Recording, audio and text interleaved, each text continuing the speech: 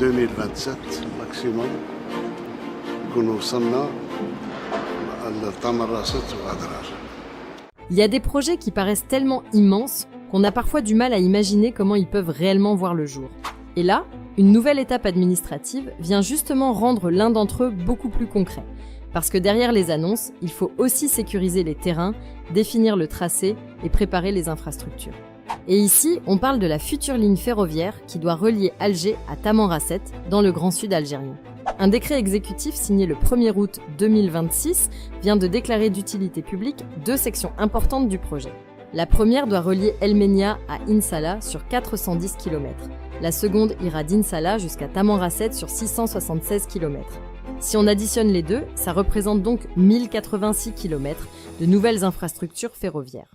Mais alors concrètement, à quoi sert cette déclaration d'utilité publique ?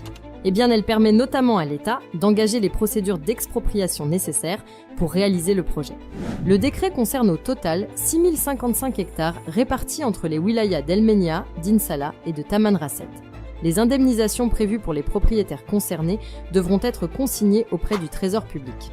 Et les caractéristiques techniques permettent de comprendre l'ampleur du chantier. Sur la section entre El Menia et Insala, les trains de voyageurs pourraient atteindre jusqu'à 220 km/h contre 100 km/h pour les trains de marchandises. Il faudra construire 7 tunnels, 13 viaducs, 10 ouvrages ferroviaires, 28 ouvrages routiers et surtout 420 ouvrages hydrauliques. Une gare mixte est également prévue à Insala ainsi que 11 gares de croisement. La ligne doit aussi être équipée du système de signalisation de niveau 1 et d'un réseau de télécommunications GSMR. Le calendrier est lui aussi particulièrement ambitieux. Lors d'une réunion organisée le 1er juin 2026, le président Abdelmadjid Tebboune avait demandé que les travaux soient lancés au plus tard en septembre. L'objectif affiché reste une mise en service de l'ensemble de la liaison à la fin de l'année 2028. Une fois terminé, le corridor ferroviaire doit atteindre environ 2006 km, traverser 8 wilayas et desservir plus de 7 millions d'habitants. Et l'enjeu n'est pas uniquement de transporter des voyageurs. Cette ligne doit aussi faciliter le transport des ressources minières du sud algérien vers les zones industrielles et les infrastructures portuaires, notamment le minerai de fer de Garad Jebilet et le phosphate de Bled El Adba.